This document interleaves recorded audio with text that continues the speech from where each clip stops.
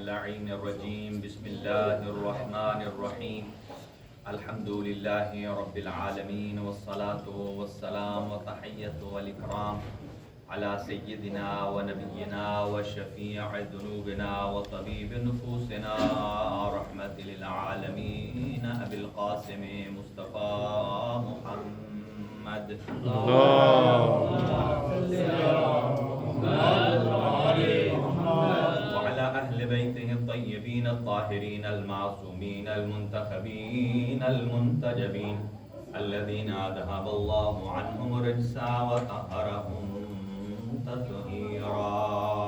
اللهم صل على محمد لا سيما على بقية الله الأعظم روحي وأرواح العالمين لتراب مقدمه الفداء عجل الله تعالى فرجه الشريف وسهل الله تعالى مخرجه الشريف ولعنة الله على أعدائهم أجمعين من يومنا هذا إلى قيام يوم الدين. أما بعد فقد قال الله الحكيم في كتابه المتين بسم الله الرحمن الرحيم لا تلبسوا الحق بالباطل صدق الله العلي العظيم. اللهم صل على محمد وعلى محمد. چند دعائیہ کلمات سے آغاز گفتگو ہے. خداوند متعال تمام حاضرین کے مرحومین کی مغفرت فرمائے اور ان کے درجات عالی ہیں متعالی فرمائے. مریضوں کو شفائے کامل و عاجل عنایت فرمائے. خاص طور سے جناب سید ابرار کاظمی صاحب کے بھتیجے ہیں سید یاسر کاظمی سناب سید سرفراز کاظمی، ان کے لیے نماز واشر قبر کی بھی درخواست ہے اور خداوند متعال ان کی مغفرت فرمائے، ان کے لواحقین اور پسماندگان کو صبر جمیل عطا فرمائے. اسی طرح جو بیمار ہیں شیخ محمد ضامن صاحب ہیں، ایک اور بچی بیمار ہے، ایک مومنہ بیمار ہے، درخواست دعا کی ہے. اللہ تعالیٰ ان کو شفائے کامل و عاجل عطا فرمائے. پروردگار ہم سب کی توفیقات خیر میں اضافہ فرما. زمان اجل اللہ تعالیٰ فرجہ الشریف کے ظہور میں تعجیل فرما. ہم کو امام علیہ السلام کے اعوان و انصار میں شمار فرما. جتنے ہمارے زائرین عطوات عالیہ سے مشرف ہو کر واپس آئے ہیں، جن کی طبیعت ناساز ہے، اللہ تعالیٰ کی ذات ان کو شفائے کلی عنایت فرمائے، زیارات کو قبول فرمائے اور جو خواہش مند ہیں ان کو بار بار یہ توفیق زیارت نصیب فرمائے. اپنی دعاؤں کی استجابت اور قبولیت کے لیے ایک صلوات مرحمت فرمائے. اللهم صل على محمد وعلى محمد. حضرت رسول خدا صلی اللہ علیہ وآلہ وسلم اور حضرت علیہ السلام کی مناسبت سے چونکہ وقت کے اندر اندر اپنی معروضات کو بھی تمام کروں گا اور چاہتا ہے دل چاہتا ہے چونکہ آج دو معصومین کی شہادت کا دن ہے اور اسی عنوان سے کچھ مسائل بھی آپ کی خدمت میں پیش کریں گے. لیکن جس آیہ مجیدہ کو سرنامہ کلام قرار دیا لا تلبسوا الحق بالباطل، اللہ تعالیٰ فرماتا ہے کہ باطل کو کبھی حق کا لباس نہ پہناؤ. ولا تکتموا الحق، اور نہ ہی حق کو چھپاؤ. وانتم تعلمون، جبکہ آپ جانتے ہو. جانتے بوجھتے ہوئے حق کو چھپانا یہ بھی جرم ہے اور باطل کے اوپر حق کا لباس پہنانا یہ بھی جرم ہے. اس کو ہماری فقہی اصطلاح میں تدلیس بھی بولا جاتا ہے، یعنی وہ افراد جو کاروباری افراد ہیں، مثلا وہ کوئی ایسی چیز ہے کہ جس کو ریٹ اچھا لگائیں، اوصاف اچھی چیز کے بتائیں اور اگر اس میں مکس اپ ہو، مثلا اوپر اچھی چیزیں ہیں اور نیچے اچھی چیزیں نہیں ہیں تو اسے تدلیس کہا جاتا ہے.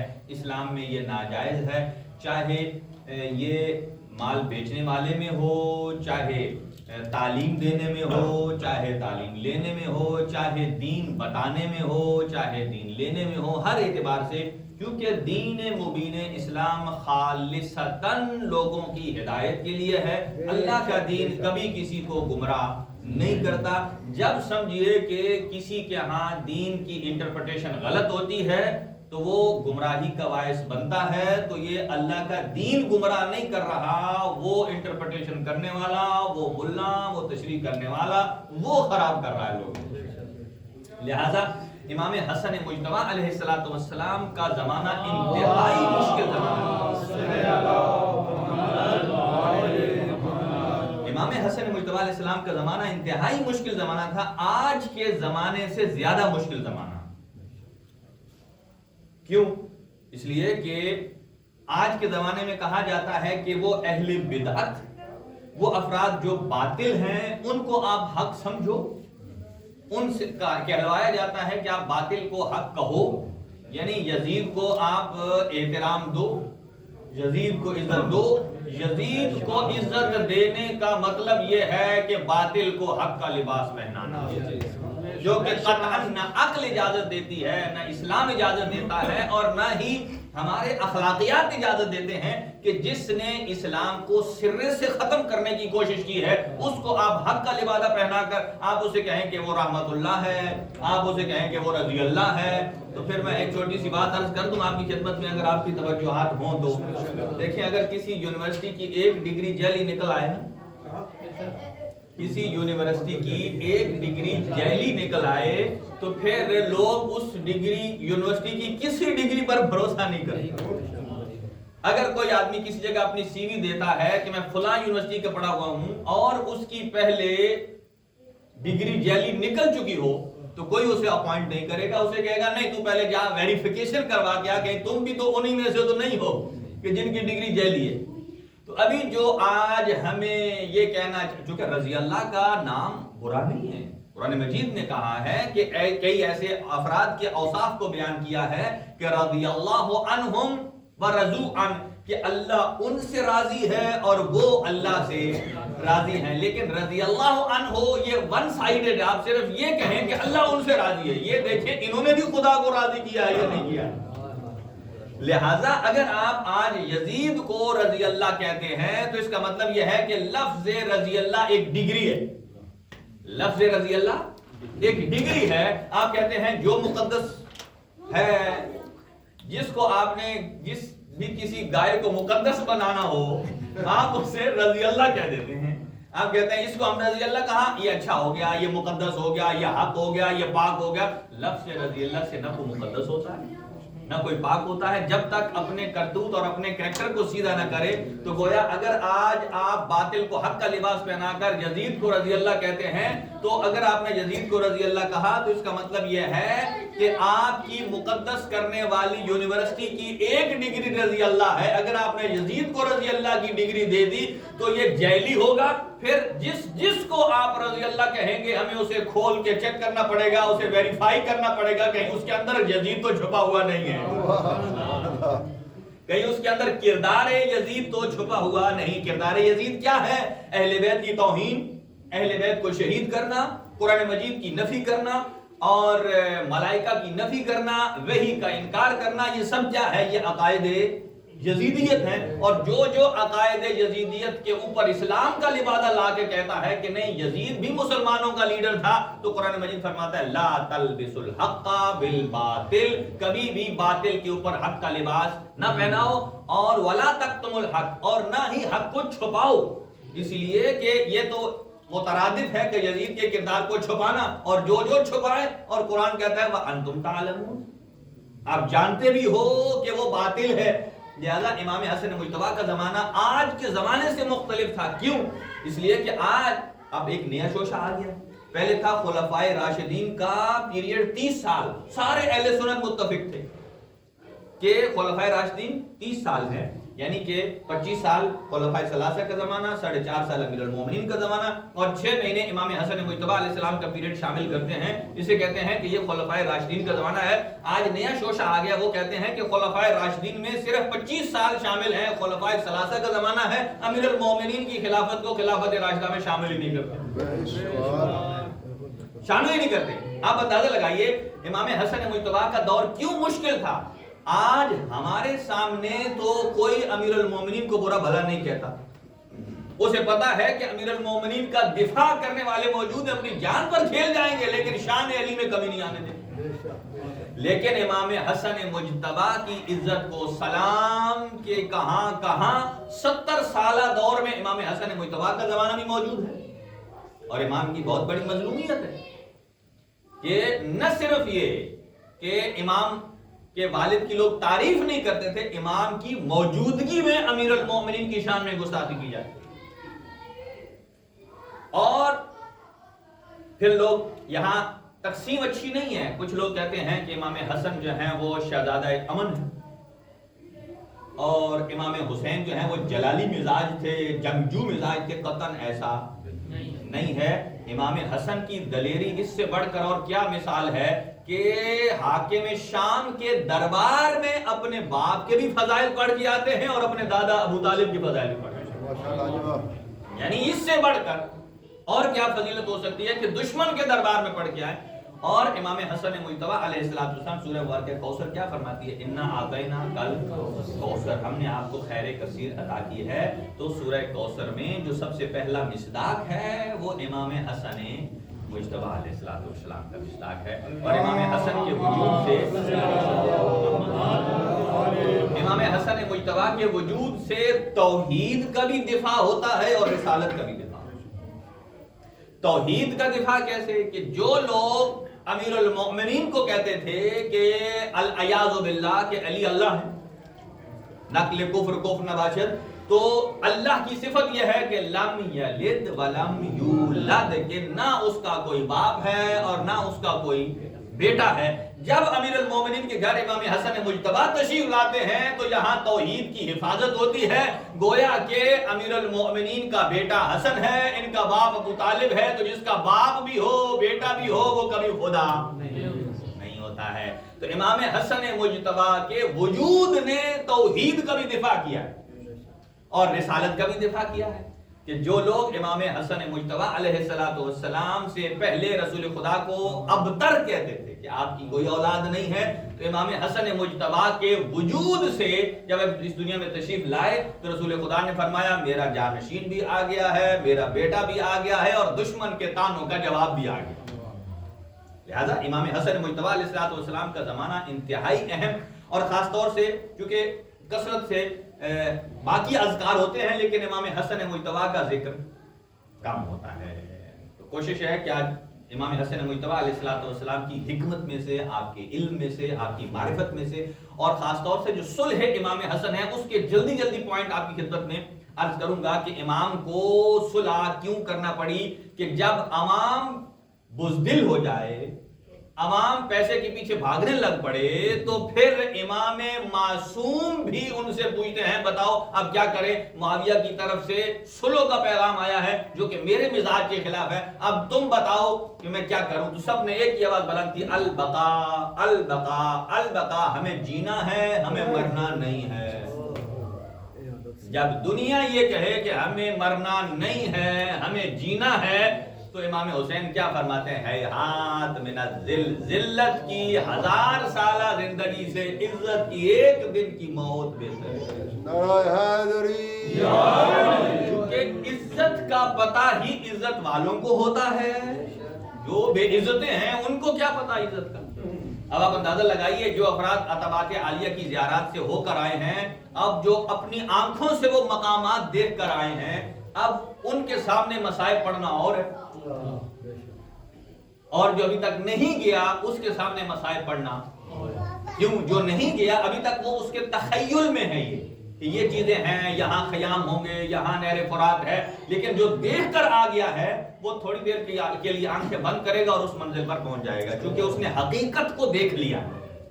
یہی وجہ ہے, بہت ساری ایسی چیزیں ہیں وہ افراد کے جنہوں نے اسلام کو تخیل سمجھ رکھا ہے وہ اسلام میں آتے بھی جلدی ہیں اور نکلتے بھی جلدی ہیں, لیکن جنہوں نے اہل بیت سے حقیقت اسلام کو دیکھا ہے وہ جب آ جاتے ہیں تو پھر پلٹتے نہیں ہیں.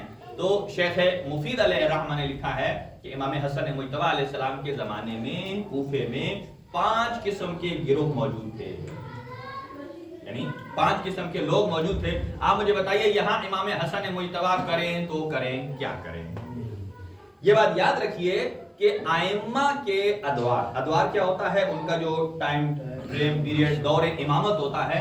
دور امامت میں افراد تبدیل ہو سکتے ہیں وقت کے تقاضے, لیکن ائمہ کی پالیسی میں کوئی تبدیلی نہیں ہے, کیونکہ جس وقت جو امام ہوتا وہ وہی کرتے جو جس امام نے پہلے کیا, اس میں کسی قسم کی کوئی رد و بدل اور چینج نہیں ہے. اس لیے کہ ہر امام حکمت خدا سے کام کرتا ہے, چاہے پہلے ہوں چاہے آخری ہوں. اور امام حسن مجتبی علیہ السلام نے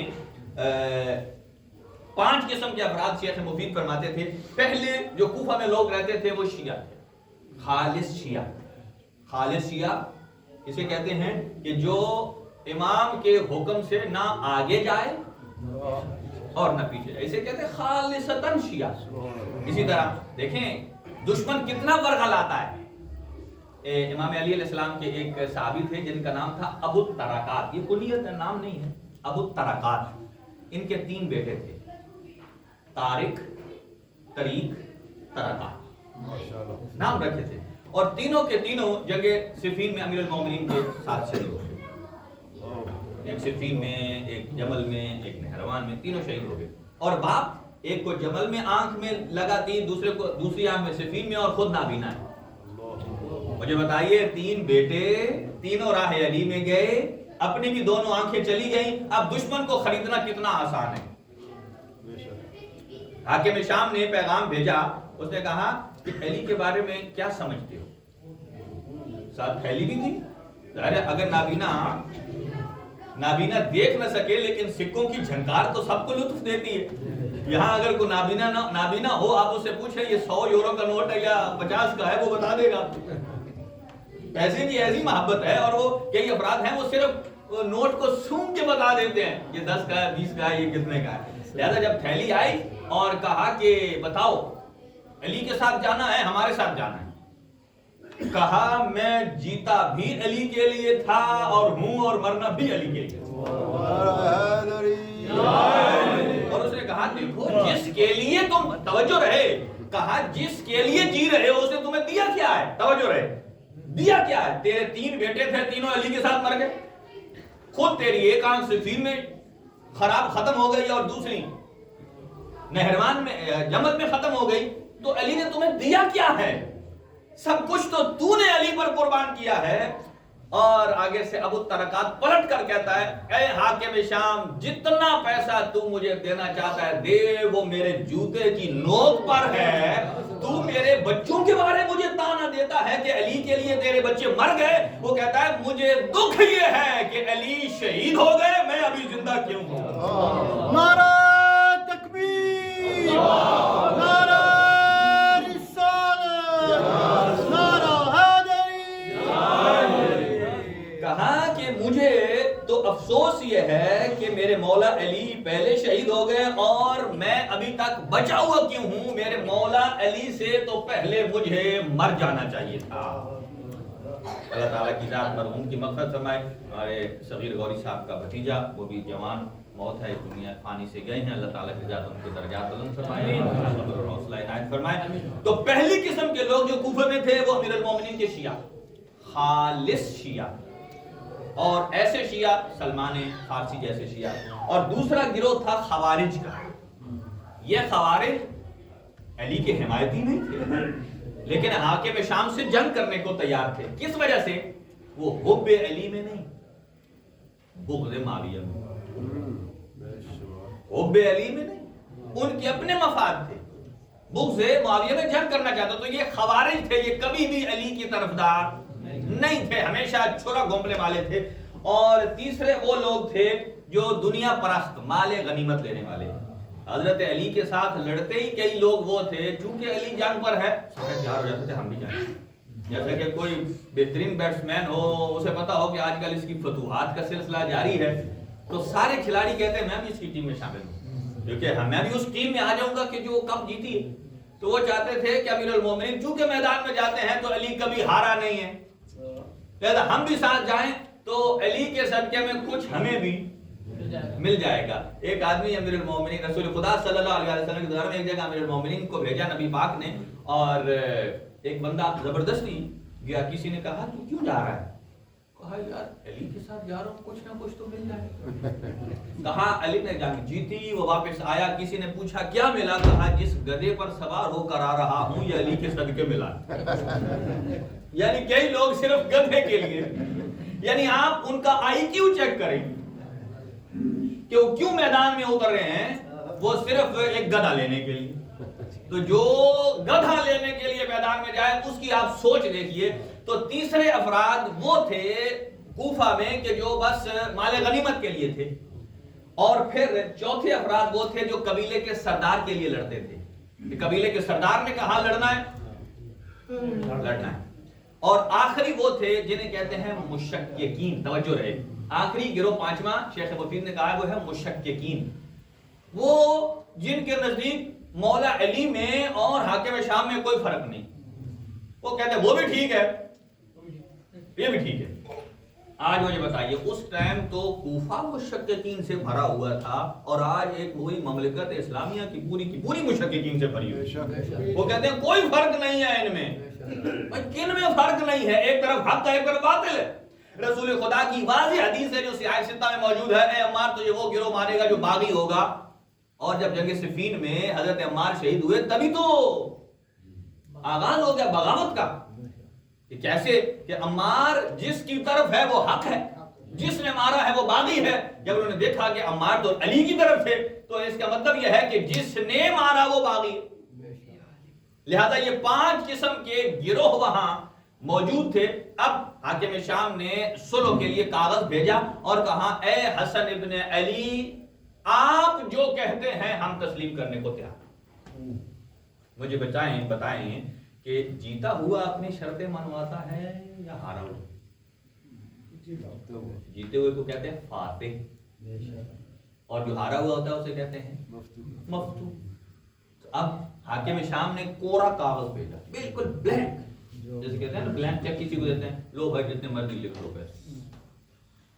لیٹر بھیجا، کہا یہ لیجئے. اب حسن مجتبی علیہ السلام نے 9 شرائط لکھی اور ان کے اوپر صلح. اور پھر دیکھیں کہ یہ شیخ امام محمد باقر علیہ السلام فرماتے ہیں کہ اگر امام حسن اس موقع پر صلح نہ کرتے تو اسلام کو بہت بڑا خطرہ تھا. انڈیکیٹ کیا کیا کہ مسلمانوں کے اندرونی انتشار کو دیکھ کر رومیوں نے پلاننگ کر لی تھی مسلمانوں پر جنگ کرنے کی. انہوں نے دیکھا کہ اندر آپس میں لگے ہوئے ہیں تو لہذا باہر سے ان کے اوپر حملہ کرو. امام حسن مجتبی علیہ السلام نے ان کی اس سازش کو ناکام کیا صلح کے ساتھ، ایک بات. اور دوسرا، حاکم شام کو صلح امام حسن کے بعد رومیوں سے بھی صلح کرنی پڑی، اور اس میں طے کیا کہ 1,00,000 دینار سالانہ انہیں دے گا. یہ کیا ہے؟ یہ حکومت کا فیلئر ہے کہ 1,00,000 مسلمانوں کے ٹیکس کا پیسہ دے دو. کس بات پر دے دو؟ اپنے آپ ایک قسم کے مغلوب ہو گئے. تو 9 شرائط امام حسن مجتبی نے لکھی، اور پہلی شرط یہ تھی کہ قرآن مجید اور رسول پاک کی سنت پر عمل کرنا ہوگا.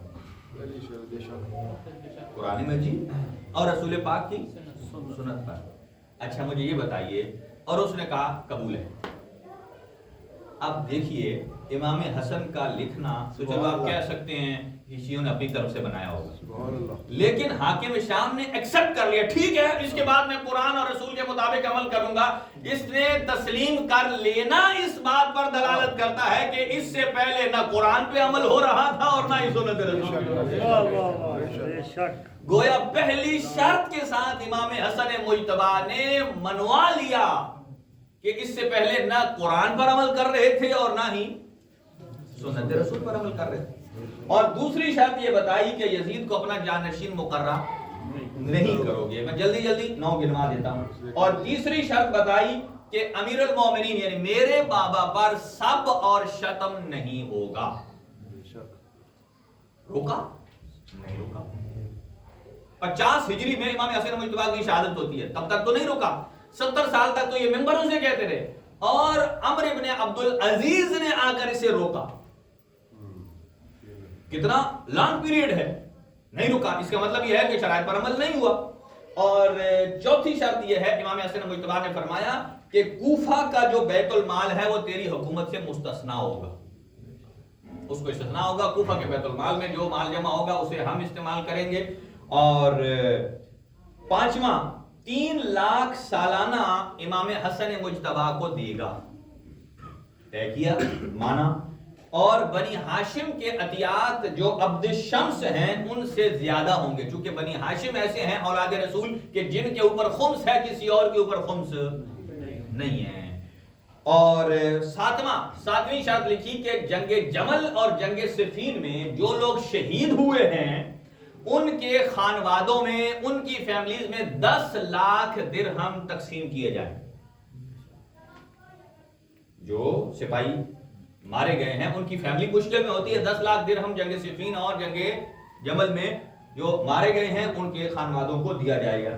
اور 8ویں شرط بتائی کہ اہل کوفہ اور شیعیان علی جہاں بھی موجود ہوں ان کی جان مال محفوظ ہو۔ یہ نہیں ہے کوفہ کے اندر شیعہ رہے تو محفوظ اور باہر جاتا جائے تو ختم۔ اور آخری شرط لکھی کہ اہل بیت کے ساتھ کسی قسم کا کوئی خفیہ یا اعلانیہ بدسلوکی نہیں کی جائے۔ بس ابھی وقت تھوڑا ہے، اسی پر میں تمام کرتا ہوں۔ مجھے بتائیے ان شرائط پر عمل ہوا یا نہیں ہوا؟ اپنے بعد یزید کو اس نے خود نامینیٹ کیا اور مدینہ منورہ میں اور مکہ معظمہ میں جا کر جو توہین کی گئی ہے باقیوں کی وہ اپنے مقام پر موجود ہے۔ لہذا آج 2 شہادتیں ہیں، میں دونوں کا تذکرہ کرتا ہوں۔ رسول خدا صلی اللہ علیہ وسلم فرماتے ہیں ما اوذی النبی بمثل ما اوذیت، کہ جیسے مجھ مصطفیٰ کو اذیت دی گئی ہے ایسے کسی نبی کو اذیت نہیں دی گئی۔ اب مجھے بتائیے کیا انبیاء کو آرے سے کاٹا نہیں گیا؟ کاٹا گیا۔ کیا انبیاء پر پتھر نہیں برسائے گئے؟ جی برسائے گئے۔ تو پھر نبی کیسے فرماتے ہیں کہ مجھے اتنی اذیت دی گئی جو کسی نبی کو نہیں دی گئی؟ یہ بات یاد رکھیے، نبی معظم کو بدنی اذیت کم اور روحانی اذیت زیادہ دی گئی ہے۔ روحانی اذیت زیادہ دی گئی ہے۔ اور روحانی اذیت کون سی روحانی اذیت دی گئی ہے؟ مجھے بتائیے کہ کسی نبی کی بیٹیوں کو برسر بازار بے مقنا اور رضا لے جایا گیا۔ آج کی رات عزاداران مظلوم کربلا، عزاداران امام حسن مجتبی، عزاداران رسول خدا، دیکھیں آج پنجتن پاک میں سے 2 عظیم ترین ہستیوں کا جنازہ اٹھنا ہے۔ آج کی رات کوئی کم رات نہیں ہے۔ عزادارو رسول خدا کا توسل کیجئے، امام حسن مجتبی کا توسل کیجئے، اللہ کی بارگاہ میں کہیے اے میرے اللہ تجھے تیرے اپنے حبیب کا واسطہ، پروردگار ہمارے حاضرین کی حاجات کو پورا فرما، ان میں مریضوں کو شفاء کلی عنایت فرما۔ اب مجھے اتنا بتائیے کہ جب رسول خدا صلی اللہ علیہ وسلم کا آخری وقت آیا نا، رسول خدا بہت گریہ کیا، فرمایا میری بیٹی فاطمہ کو بلاؤ۔ جب بیٹی فاطمہ کو بلایا بہت زور سے گریہ کیا اور زور سے گریہ کر کے فرماتے ہیں کہ مجھے اس فاطمہ کی ماں یاد آ رہی ہے، مجھے خدیجہ الکبریٰ یاد آ رہی ہے کہ جنہوں نے وصیت کی تھی، کہا یا رسول خدا میں آپ سے پہلے جا رہی ہوں لیکن یاد رکھیے کہ میری زہرا پر کوئی مصیبت نہ آئے، میری زہرا کو اکیلا نہ چھوڑیے، میری زہرا کو تنہا نہ چھوڑیے۔ اور یہ کہا یا رسول اللہ یہ جو کچھ میرے پاس ہے، میرے ہار ہیں، میرے زیورات ہیں، یہ میں آپ کے حوالے کرتی ہوں، اور جب میری بیٹی فاطمہ کی شادی ہونا تو یہ سب کچھ میری طرف سے میری بیٹی فاطمہ کو دے دیجئے گا۔ اجرکم علی اللہ، سوگنامہ آل محمد کی روایت ہے۔ عزیزانو میں اتنا آپ سے پوچھتا ہوں، امت آج تک غائبانہ نماز جنازہ پڑھتی ہے، یاد ہے نا آپ کو امت کیوں غائبانہ نماز جنازہ پڑھتی ہے؟ کیونکہ مکتب اہل بیت میں تو نہیں ہے، مکتب اہل بیت میں واجب کفائی ہے، جنہوں نے پڑھ لیا بس واجب ادا ہو گیا، باقیوں پر ساکت ہے، کبھی کوئی غائبانہ نہیں پڑھتا۔ میت پر جنازہ تب پڑھا جاتا ہے جب میت سامنے موجود ہو۔ یہ کب سے روایت بنی ہے غائبانہ جنازہ پڑھنے پر؟ مجھے بتائیے ہم تابوت کیوں اٹھاتے ہیں؟ ہم تابوت کیوں اٹھاتے ہیں؟ اس لیے تابوت اٹھاتے ہیں نا کہ ان کے تابوت اٹھائے نہیں گئے۔ پنجتن پاک کی پہلی نشانی رسول خدا کا تابوت نہیں اٹھایا گیا۔ رسول خدا کی ہستی کو کمتر ہستی نہیں ہے، کائنات کا سب سے بڑا وجود ہے۔ مجھے بتائیے